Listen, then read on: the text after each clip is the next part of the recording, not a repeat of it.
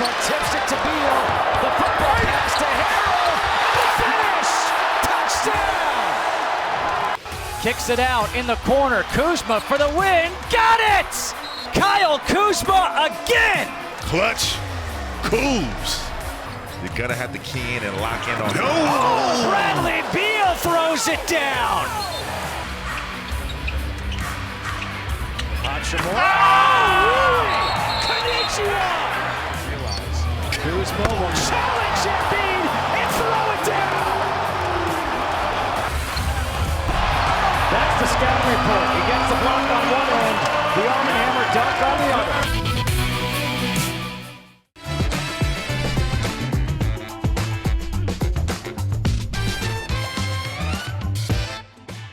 The Wizards certainly had DC and Capital One Arena rocking at times last season, and that was only the beginning.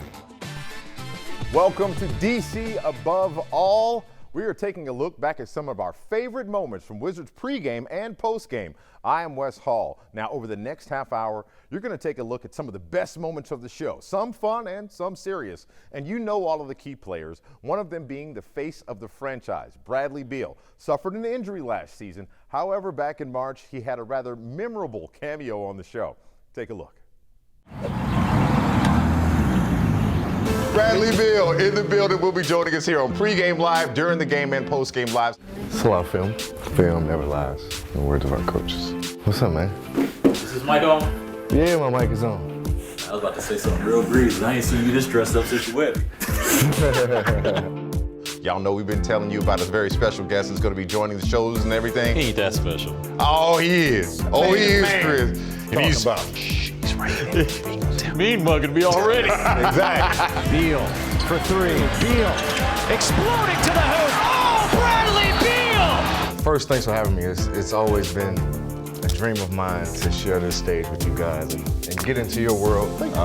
So I'm definitely excited about tonight. Somebody's slipping because they didn't put in and submit their bold prediction for tonight, Chris. I decided since we have a guest, I would let the guest make my prediction. That's how confident I am. That's how he doing, y'all? Bro. Oh, wow. See, Hey, B, give the people what they want. I'm gonna go. I got a big game from Porzingis tonight. I got a 30-point double-double. 30-point double-double. That boy, boom. Put it on wax. Put you it saw on this wax. at home. Hey, Bradley Beal said it.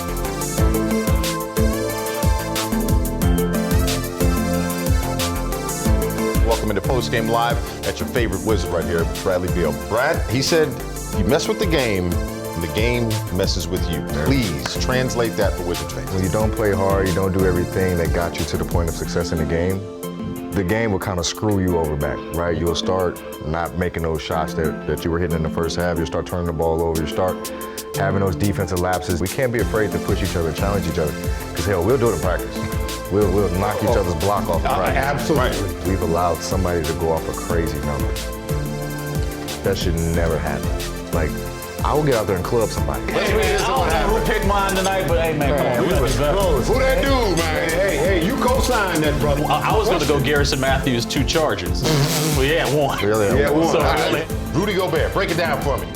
Oh, easy. So I see Rudy super high up on the screen. I back it out. Trez is awesome at setting the highway screen. Highway screen is on the big screen. Is on, man. Last year, I missed a dunk on Rudy. I missed one. They called a foul. I missed it. And I told him, I said, I'm going to get you. I don't know when, where, how. I'm going to get you. I'm going to get you. And I got him. And you got him. And I wanted to tech. You see, I slammed the ball. I don't know. Listen, they let it ride. But I was excited. I got Rudy. There you go. I'm going to do it again. Which do you enjoy more? Catching a body on a big or snatching somebody's soul with that scorpion cross, that snatchback that you do? I need to see if your ankle's taped tonight. Snatchback. You know what, Brad? Thank you so much for coming to spend some time with me. You're clear. Good job done, gentlemen. Thank you very much. Appreciate it. Thanks for having me. I appreciate it.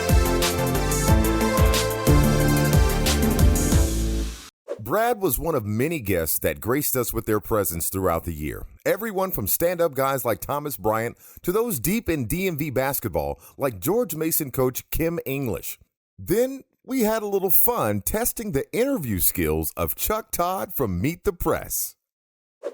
From Meet the Press, the one and only Chuck Todd, whose nickname tonight will be Good Luck Charm. Time now for Meet the Full Court Press with Chuck Todd. Chuck Todd interviewing Michael Jeffrey Gordon. What you got for the GOAT, Chuck? What is harder? Hitting a 95 mile per hour fastball or hitting a game-winning shot in Game 6 against Utah Jazz? What about LeBron James? Who would you rather have, Magic Johnson or Michael Jordan? Make LeBron pick that. What do you think? First, there's only one person who's actually played with both of them.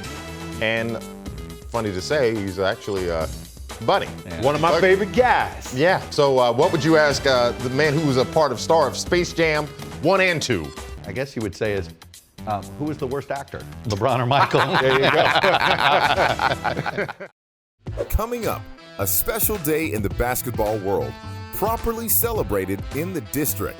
A look back at a memorable MLK Day for the Wizards when we return.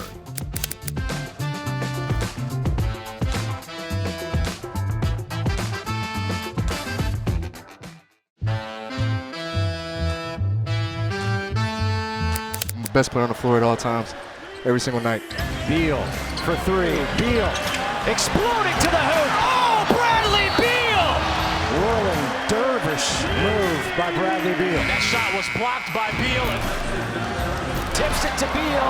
The football pass to Harrell. And the finish! Touchdown! No! Oh, Bradley Beal throws it down. I mean, can we see that again? How'd he do, Braylon? He did good? Yeah! Now, don't let Brad's appearance on our shows fool you. He is a future NBA analyst, but he's also one of the best players in the league, and his performance on the court speaks for itself. Now, Brad's not only a leader between the lines, but he's a leader in the community as well.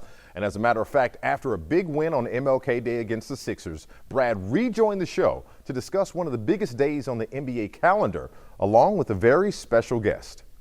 Brad, you talk about not having to carry the load. Well, tonight I don't have to carry the full load of interviewing everybody because there's someone you might know who has a question from you. Part of our Monumental Sports family, Washington Mystics guard and WNBA champion, Natasha. Tosh, take it away. The floor is yours, sis. Bradley Beal, my guy, welcome back. It is so good to see you back on the court. My question is, how does your leadership change throughout the season? Does it change? Does it stay consistent with players and coaches in and out of COVID protocol, unhealthy players? Does your leadership, you know I'm a huge fan of your leadership and how you led this team from one point guard to you as a leader. How does that change, or how does it remain consistent for you? It's definitely it changes, because you realize that as a leader, there's a lot of things that's out of your control, and the biggest thing as a leader is, okay, do you listen well, and do you listen twice as good as you speak, and so my biggest thing is making sure that I hear my teammates, right, and I want to hear my teammates, hear my coaches, what do you want from us, what do you want as a teammate, like what do you want as a player out of this? And then ultimately, I had so many great vets to learn from in my past of being a leader, from Paul Pierce, to Emeka Okafor, to Nene, to Trevor Ariza, Al Harrington, Jared Dudley. I have a whole list of vets that I had, that I basically learned from. I just take every single bit of knowledge that they gave me and then instill it in this team. The biggest thing as a leader for me is making sure that my team is ready to go every night. And that's not necessarily an easy thing to do because you don't physically have control over another man. Like I can uplift you all I want, but ultimately, like leading a horse to water, I can't make you drink. But at the end of the day, if they see me doing it, then that's just a direct testament. Okay, Brad's doing it. Brad's coachable. Coach is yelling at Brad. Like he's accepting it. Like all of that plays a big factor into being a leader. And so for me, it is being able to dish it out, being able to take it. And then understand that everybody, it's an even playing field. Like no man's better than the next man. And that's kind of how I operate. It makes it more welcoming and opening, for everybody. When there's an open floor, there's not just a dominant voice in the locker room. I think it appeals to everybody more. It's a free flowing, it's more fun in that fashion. Obviously today is a great day to celebrate great players competing 94 feet, but the larger picture, the global picture is remembering a great man and a movement. What are your thoughts on today and how we recognize Martin Luther King Jr.? I'm always honored to play on Martin Luther King Jr. Day, because when it's a holiday and nobody's working, everybody's off, so they get a chance to come watch you guys, come watch us. And there's no better feeling than that, because everybody's in the building. We all wouldn't be here without his fight, his sacrifice. He's a true humanitarian, led by example, and his voice was just, you still hear it today. It still resonates, and granted, we're still not perfect. We still have a long way to go. But he truly is a pioneer, and you have nothing but respect for his legacy, for what he did, and just to see the subtle growth that we have here and there, like that's a testament to what he did, what he stood for, So I'm always, like you said, we talked about earlier, it's always a tough day for us, but it's a necessary and a privileged day, I'm definitely honored to be a part of it, and I'm honored that we get to play on this day. And remember somebody who, the world, who really put the world on his back and tried to display what we need, and that's love. We all need love. So, Daryl, real quick, before we go back to you, Wes, can I get a two-shot of Brad and Natasha? There's something I want to say to these two in public. I am extremely proud of both of you for what you did in the summer of 2020 of marching to Dr. King's statue. It took young people in the 60s to say enough is enough. And what you and Natasha did on that day is proved to me that young people can lead us. And both of you, I want you to know this, that I'm extremely proud of both of you. Continue the fight, because we follow leaders like you in our community. God bless you both. Thank you. Thank you, Chris. Thank you so much, Chris. The significance of MLK Day is not lost on the Wizards organization. Players and coaches alike live their lives based on the lessons from Martin Luther King Jr. Someone with a rather unique perspective on social justice and equality is Monumental Basketball's John Thompson III, and he shared that perspective with our very own Chris Miller. Pick 'em up and lay 'em down, right. Humanitarian. I have the great honor. Nobel Peace Prize winner.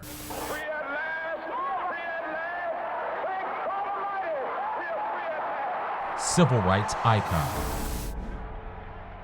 Dr. Martin Luther King Jr. pounded the pavement and gave his life to fighting for equality within these United States. While pacing up and down the hardwood, legendary college basketball figure John Thompson Jr. fought for the rights of student athletes at the university level.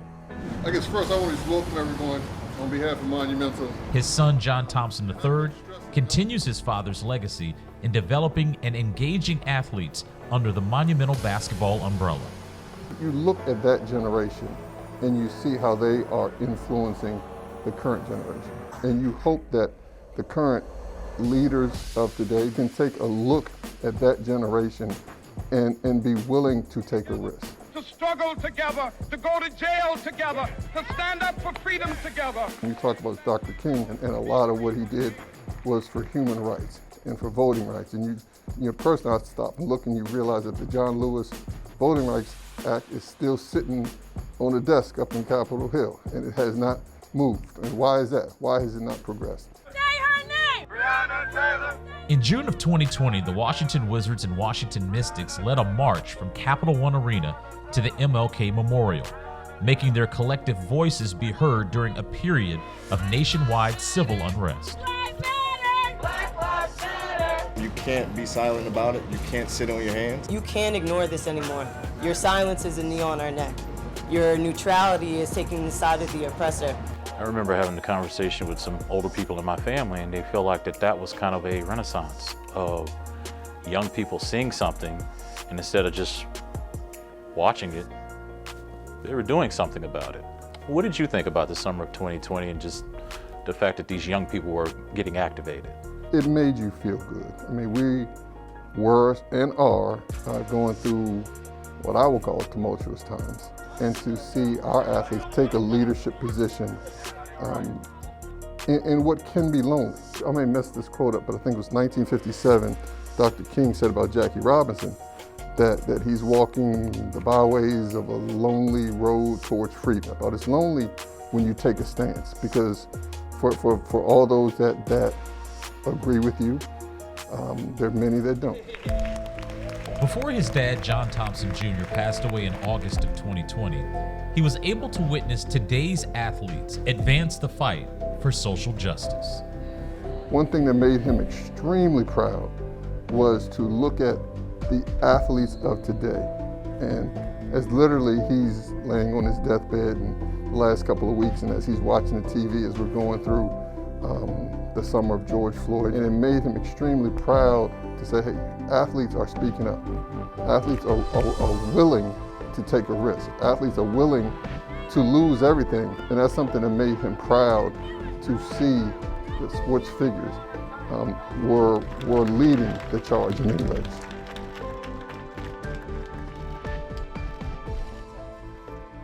Quite the perspective from someone who has seen a lot, where we were and where we are going. Still to come, one of the league's newest black head coaches with a legacy of his own in this area. Wes Hall Jr. checking off a milestone in his first year on the sidelines. Our crew had some milestones of their own this year. We'll celebrate them no matter how petty they were when we come back.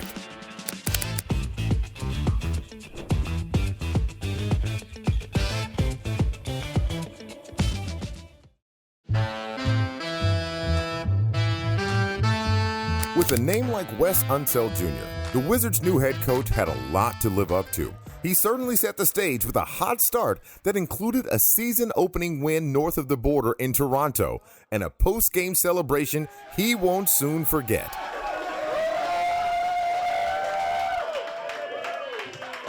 For us, we won't soon forget the intense competition that was bold predictions.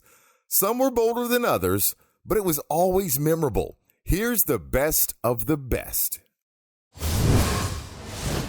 It's time for us to review our bold predictions. Oh. We don't have to do that. No, still, man, you the host. Sometimes you can just say we ain't doing it. Before we get out of here, I'm going to get my bold prediction right on the next game. All right? Okay. You ain't okay.